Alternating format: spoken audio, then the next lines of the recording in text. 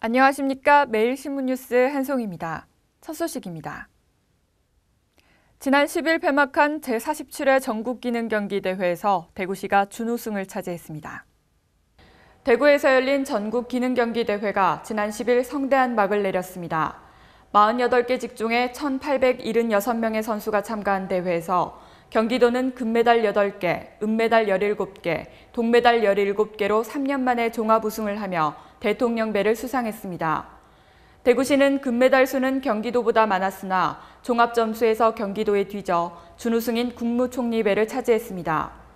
이어 서울시는 3위를 기록해 고용노동부 장관배를 받았습니다. 이 밖에도 경북기계공고는 금메달 2개, 은메달 6개, 동메달 2개를 따내 다수 입상자 배출기관에 주는 금탑을 차지했습니다.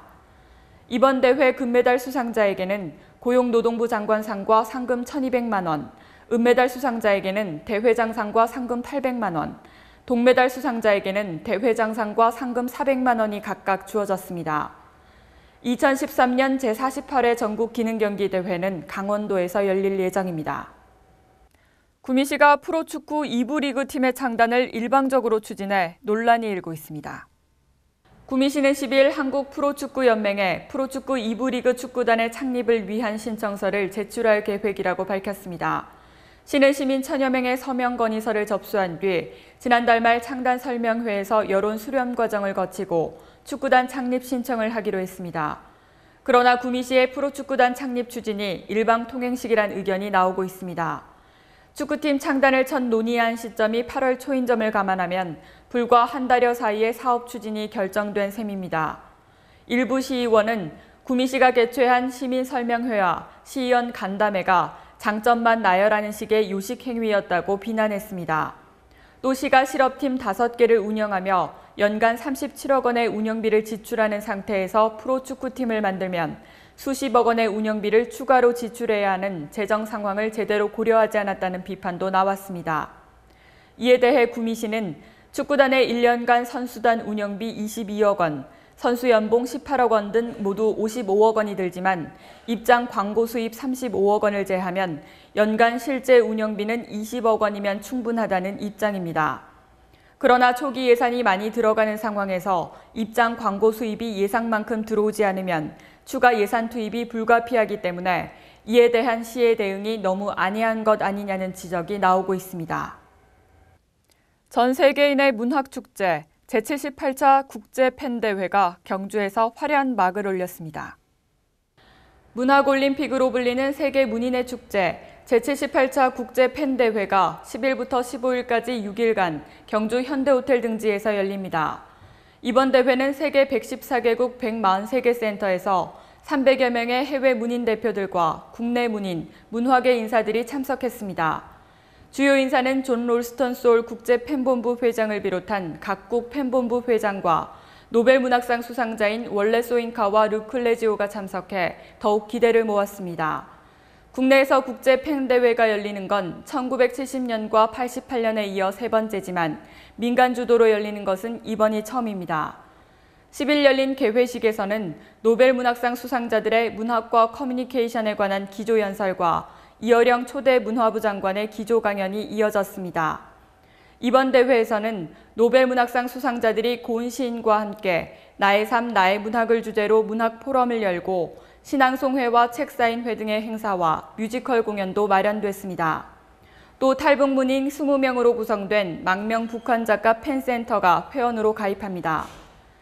국제팬클럽은 문학활동의 증진과 표현의 자유 수호를 위한 범세계적 작가 공동체로서 지난 1921년 설립해 영국에 본사를 두고 있습니다.